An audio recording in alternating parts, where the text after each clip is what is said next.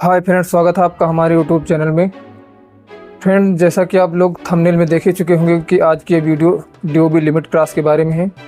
आप लोग जानते हैं कि डीओबी लिमिट क्रॉस की जो ये समस्या है, लगभग जिसको भी है वो बहुत प्रॉब्लम में होता है और कई बार वो बहुत सारे प्रयास करता है, लेकिन उसके बावजूद भी उसका जन्मतिथि सही नहीं होता है। बस उसको ये जानकारी नहीं है कि आपका लिमिट क्रॉस क्यों हुआ और कैसे सही होगा, उसको कोई गाइड करने वाला नहीं है, इसलिए उसका डीओबी लिमिट क्रॉस सही नहीं हो पाता है। आज की वीडियो में यही आपको जानकारी देंगे, A to Z जानकारी, शुरू से लेकर अंत तक आप लोग ये वीडियो देखिए। जिनको कुछ भी नहीं मालूम डीओबी के बारे में, जन्मतिथि के बारे में कैसे क्या है, अनपढ़ लोग भी इस वीडियो को देखकर समझ जाएंगे कैसे सही होगा कि एक छोटी सी गलती के कारण उनका डीओबी लिमिट क्रॉस कैसे हो गया, उनको पता ही नहीं। तो ये डीओबी लिमिट क्रॉस कैसे सही होगा, इसी के बारे में हम आज इस वीडियो में बताएंगे। जब कोई भी अपने आधार कार्ड में एक बार डीओबी अपडेट करवा लेता है किसी डॉक्यूमेंट से और वो दोबारा चाहता है कि हम इसको दोबारा फिर से अपडेट करवाएं और आधार सेंटर पर जाता है, डीओबी अपडेट करवाता है, तो उसके बाद में उसका रिजेक्ट हो जाता है। रिजेक्ट रीजन में लिख कर आता है your DOB limit cross, allowed limit of cross, इस तरह कुछ मैसेज आपको आता है और उसी को डीओबी लिमिट क्रॉस कहते हैं। ये डीओबी लिमिट क्रॉस क्यों होता है? क्योंकि गवर्नमेंट ने आपको एक बार ही डीओबी अपडेट करने का मौका दिया है। जब शुरुआत में आधार जब से स्टार्ट हुआ है, 2010 से स्टार्ट हुआ है, तब से 2016 तक इसमें कोई बाउंडेशन नहीं था। उसके बाद से कुछ इसमें बाउंडेशन लगा दी गई, इसमें लिमिट लगा दी गई और ये लिमिट आपका 14 अक्टूबर 2019 से इम्प्लीमेंट हुआ था। और क्योंकि इससे पहले 2018 और 2019 में गवर्नमेंट के जो ऑफिस मेमोरेंडम थे और लखनऊ बेंच हाई कोर्ट की जो एक ऑर्डर था, उसके तहत इसमें कुछ इम्प्लीमेंट किया गया है। तो फाइनली इसमें 14 अक्टूबर 2019 को इस नियम को आधार में लागू किया गया कि आप आधार में जन्मतिथि सिर्फ एक बार ही चेंज करवा सकते हैं और यदि एक बार से ज़्यादा आप चेंज करवाएं तो डीओबी लिमिट क्रॉस में रिजेक्ट हो जाता है। और डीओबी के लिए एक बार और नाम के लिए 2 बार, जेंडर का आप एक बार करवा सकते हैं। इसमें लिमिट आपको लगाई गई गवर्नमेंट के द्वारा, UIDAI के द्वारा। लिमिट क्रॉस यदि आपका एक बार हो चुका है तो आपको आधार सेंटर पर जाना है, सेल्फ डिक्लेरेशन फॉर्म भरना है और आपको बर्थ सर्टिफिकेट बनवाना है। सबसे पहले आप अपना बर्थ सर्टिफिकेट बनवा लीजिए, क्योंकि डीओबी लिमिट क्रॉस में सिर्फ और सिर्फ बर्थ सर्टिफिकेट ही चलता है। क्योंकि कुछ लोग बोल रहे थे कि क्या ये मार्कशीट से हो सकता है, पासपोर्ट से हो सकता है, तो नहीं, बिल्कुल नहीं होगा। क्योंकि जो ऑफिस का मेमोरेंडम है उसके तहत यदि आपका डीओबी लिमिट क्रॉस हुआ है तो आपको SOP के थ्रू जाना पड़ेगा। SOP में नियम ये है कि आप बर्थ सर्टिफिकेट ही यूज कर सकते हैं सेल्फ डिक्लेरेशन फॉर्म के साथ। सेल्फ डिक्लेरेशन फॉर्म के साथ आपको बर्थ सर्टिफिकेट ही यूज करना पड़ेगा, उसके अलावा कोई भी डॉक्यूमेंट मान्य नहीं है। आप दूसरा कोई डॉक्यूमेंट लगाएंगे तो वो फिर रिजेक्ट हो जाएगा RO लेवल पे, क्योंकि RO को सख्त आदेश है कि आपको सिर्फ और सिर्फ बर्थ सर्टिफिकेट ही अलाउड करना है, उसको परमिट देना है, कोई अदर डॉक्यूमेंट वो एक्सेप्ट ही नहीं करेंगे। तो सबसे पहले आपको अपना बर्थ सर्टिफिकेट बनवा लेना है। यदि आप सिटी में रहते हैं तो नगर पालिका से बनेगा। यदि जो ग्राम पंचायत में जिनका लगता है, जो गांव से हैं, तो उनका ग्राम पंचायत में ब्लॉक से बनेगा, सेक्रेटरी बनाते हैं, वहां से आपको सबसे पहले बर्थ सर्टिफिकेट बनवा लेना है। आपका बर्थ सर्टिफिकेट बन जाए तो फिर आपको चले जाना है आधार सेंटर। वहाँ पर आपको एक सेल्फ डिक्लेरेशन फॉर्म मिलेगा या UIDAI की वेबसाइट पर आपको सेल्फ डिक्लेरेशन फॉर्म मिल जाएगा। मैंने इस वीडियो के डिस्क्रिप्शन में भी एक लिंक दिया हुआ है, वहां से आप डायरेक्ट डाउनलोड कर सकते हैं सेल्फ डिक्लेरेशन फॉर्म। उसको भर लेना है। कैसे भरना है? क्योंकि भरने में भी गलती नहीं करना है, कुछ लोग भरने में ही गलती कर देते हैं। अगर भरने में आप सेल्फ डिक्लेरेशन फॉर्म भरने में आप गलती करेंगे तो भी वो RO लेवल पे जाके रिजेक्ट हो जाएगा। तो कैसे भरना है आपको मैंने इस वीडियो के डिस्क्रिप्शन में एक लिंक दिया है, एक वीडियो है, उसको जाकर देखिए, पूरी तरह अच्छे से देख लीजिए। उसी के हिसाब से आपको सेल्फ डिक्लेरेशन फॉर्म को भरना है और बर्थ सर्टिफिकेट को लगाना है। सेल्फ डिक्लेरेशन फॉर्म और बर्थ सर्टिफिकेट लगाकर जब आप अपने डीओबी को अपडेट करेंगे आधार सेंटर जाकर, तो वहां से आपको एक रिसिप्ट मिल जाएगी। रिसिप्ट मिलने के बाद आपको घर चले आना है। लेकिन अभी ये लिमिट क्रॉस की प्रक्रिया पूरी नहीं हुई, इतने से ही काम नहीं चलेगा, अभी भी ये रिजेक्ट होगा और देखेंगे आप 2-3 दिन या 1 हफ्ते में आपका आधार रिजेक्ट हो जाएगा। आप लोग सोचेंगे यार इतना सब किए फिर भी रिजेक्ट हो गया, सेल्फ डिक्लेरेशन लगाए, बर्थ सर्टिफिकेट लगाए, फिर भी रिजेक्ट हो गया। तो रिजेक्ट होने का एक प्रोसेस है, वो रिजेक्ट होगा उसके बाद ही प्रक्रिया होगी, उसके बाद में भी प्रक्रिया है। वो प्रक्रिया क्या है वो मैं आपको बता रहा हूँ। वो प्रक्रिया आपको एक कंप्लेन करना पड़ेगा 1947 पे, या मेल करना पड़ेगा help@uida.gov.in पर। जब आपको रिसिप्ट मिल जाएगी तो उसके बाद आपको रिजेक्ट होने का इंतज़ार करना है। जब आपका इनरोलमेंट नंबर रिजेक्ट हो जाएगा लिमिट क्रॉस में, तो उसके बाद में आपको प्रोसेस करनी है अपने मोबाइल से। आपको स्वयं ही प्रोसेस करनी है, किसी साइबर कैफ़े से भी आप करवा सकते हैं यदि जानकारी नहीं है तो। फिर भी मैं आपको यहाँ पर फुल जानकारी दूंगा कि आप स्वयं से ही कर लीजिए, किसी साइबर कैफ़े पर जाने की ज़रूरत नहीं पड़ेगी। सबसे आसान तरीका 1947 पर कंप्लेन करना है। जो लोग मेल कर सकते हैं वो लोग मेल भी करेंगे, तो मेल वाला प्रोसेस आपको बाद में बताएंगे। सबसे पहले आपको 1947 पे कॉल करना है।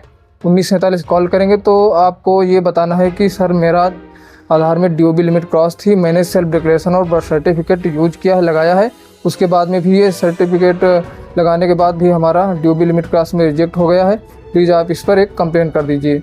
तो जो कस्टमर केयर CRM पोर्टल पर होंगे वो आपसे आपकी डिटेल्स मांगेंगे, आपकी EID मांगेंगे और वो चेक करेंगे तो वहाँ से बताएंगे हाँ ये आपका DOB लिमिट क्रॉस में रिजेक्ट है। मैं एक यहाँ से ग्रीवांस ले लेता हूँ। ग्रीवांस लेंगे मतलब वो एक शिकायत दर्ज कर लेंगे और आपको एक SRA नंबर, कंप्लेन नंबर दे देंगे। और जब कंप्लेन नंबर आपको मिल जाएगा तो उसको नोट कर लेना है और आप जिस मोबाइल नंबर से कंप्लेन करेंगे उस पर भी एक SRA नंबर आ जाएगा जो कि सेम रहता है, और वो SRA नंबर कंसर्न डिवीज़न को फॉरवर्ड कर दिया जाता है। कंसर्न डिवीज़न मतलब जो संबंधित जिस स्टेट का जो RO मैपिंग है वहाँ पर वो फॉरवर्ड हो जाता है। जैसे कोई यूपी का DOB लिमिट क्रॉस करवाया है तो उसका जो कंसर्न डिवीज़न होगा, कंसर्न डिवीज़न मतलब जो उसका RO लगेगा वो लखनऊ RO लगेगा, तो उसका जो SRA नंबर है उसका फॉरवर्ड वो रीजनल ऑफिस लखनऊ जाएगा और रीजनल ऑफिस लखनऊ में जाने पर वहाँ पर चेक होगा। आपको इतना कर लेना है, आपको SRA नंबर मिल जाएगा। और उसके बाद में चलिए बता देते हैं कि जीमेल से आप कैसे करेंगे। आपको मेल करना पड़ेगा UIDAI को। तो सबसे पहले आपको अपना जो रिसिप्ट मिली थी, रिसिप्ट, सेल्फ डिक्लेरेशन फॉर्म और बर्थ सर्टिफिकेट, इसको स्कैन कर लेना है, साथ में आधार कार्ड भी उसी में लगा दीजिएगा। तो एक PDF फाइल बना लेना है। उसको PDF फाइल जब आप बना लेंगे तो उसके बाद में आपको मेल करना है। यदि आपकी email ID रजिस्टर है तो अच्छा है, अगर email ID नहीं रजिस्टर है तो कोई बात नहीं, आप किसी भी email ID से उसको कर सकते हैं मेल। तो मेल में ओपन करना, उसमें ये अटैचमेंट लगाना है और आपको 2 में जो email ID देना है वो UIDAI की email ID देना है, uidai@uidai.gov.in। मैंने स्क्रीन पर भी दे दिया है, ये email ID है, इसको वहाँ पर डालना है। और उसके बाद में आपको कुछ वहाँ पर लिख देना अपनी डिटेल। यदि आपको इंग्लिश आता है तो इंग्लिश में लिख दीजिए, या फिर अगर हिंदी में आपको मालूम है हिंदी में आप लिखिए कि सर मेरा DOB लिमिट क्रॉस हो गया था और मैंने self declaration form, birth certificate use किया है, मैंने अटैचमेंट में सारे डॉक्यूमेंट सबमिट कर दिए हैं, दस्तावेज़ सारे लगा दीजिए, प्लीज़ आप चेक करके हमारे DOB लिमिट क्रॉस को अप्रूव कीजिए। इतना लिखकर आप अपने शब्दों में लिख सकते हैं, कोई ज़रूरी नहीं कि यही शब्द हों, आपको जैसा अच्छा लगे वो शब्द आपको यहाँ पर देना है। उसके बाद में आपको सेंड कर देना है। ये मेल आपकी UIDAI पहुँच जाएगी, तो वहाँ पर आपको ये जो केस है वो असाइन हो जाएगा। उसके बाद में वहाँ से भी आपको एक कंप्लेन नंबर मिल जाएगा। रिटर्न में आपको ईमेल एक और आएगी, उसमें आपका कंप्लेन नंबर रहेगा, SRA नंबर रहेगा। जैसा आपने 1947 से किया था, 1947 वाला SRA नंबर तुरंत मिल जाता है, और जो मेल से करते हैं उसमें कभी कभी 2 दिन 3 दिन लग जाता है। अब बात हो गई कि 1947 से और ईमेल से कंप्लेन करने का, जो कि दोनों प्रोसेस लगभग सेम ही है, क्योंकि एक में ईमेल में कुछ टाइम में आपका रजिस्टर होता है कंप्लेन और 1947 में तुरंत ही रजिस्टर हो जाता है। तो लगभग प्रक्रिया सेम ही है, बस 2-3 घंटे का प्रोसेस रहता है वो, कम ज़्यादा का। लेकिन आपको जो अच्छा लगे, चाहे 1947 वाला चाहे ईमेल वाला, कोई भी आप कर सकते हैं। अब इसके बाद में अब आगे क्या होगा, आपको अब आगे कुछ नहीं करना है, आपको वेट करना है। अपना सारे नंबर लेकर रख लेना है, नोट करके रख लेना है, आपके मोबाइल पे भी आ जाएगा, मेल किए होंगे तो मेल पर आ जाएगा। अब आपको वेट करना है। अब आगे की प्रक्रिया RO की है। अब जो कंसर्न डिवीज़न वो फॉरवर्ड हो जाएगा, तो वहाँ पर RO की जो टीम होगी वो आपका चेक करेगी कि आपने कौन से डॉक्यूमेंट लगाए हैं। पिछले जब प्रथम बार आपका सही हुआ था DOB, तो आपने कौन सा डॉक्यूमेंट लगाया, क्योंकि वहाँ पर तो सारी हिस्ट्री निकल आएगी, आधार डेटाबेस की फुल हिस्ट्री निकल आएगी, आपने कब कब क्या क्या अपडेट करवाया है। तो वहाँ से सब आसानी से निकल आएगा। वो लोग चेक कर लेंगे कि आपने DOB लिमिट क्रॉस के लिए जो पहले डॉक्यूमेंट लगाया था, आपने नॉर्मल अपडेट करवाया था, उसमें कौन से डॉक्यूमेंट लगे थे।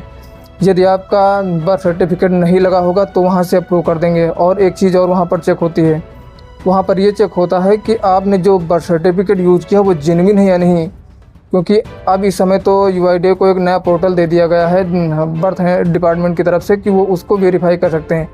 QR कोड से नहीं, वो रजिस्ट्रेशन नंबर डालकर उसको चेक करते हैं, क्योंकि आजकल मार्केट में या कोई फर्जी वेबसाइट भी आ गई हैं जिनसे बिल्कुल same to same birth certificate बन रहे हैं, पोर्टल वाले बन रहे हैं, लोग धड़ाधड़ उसको लगा रहे हैं।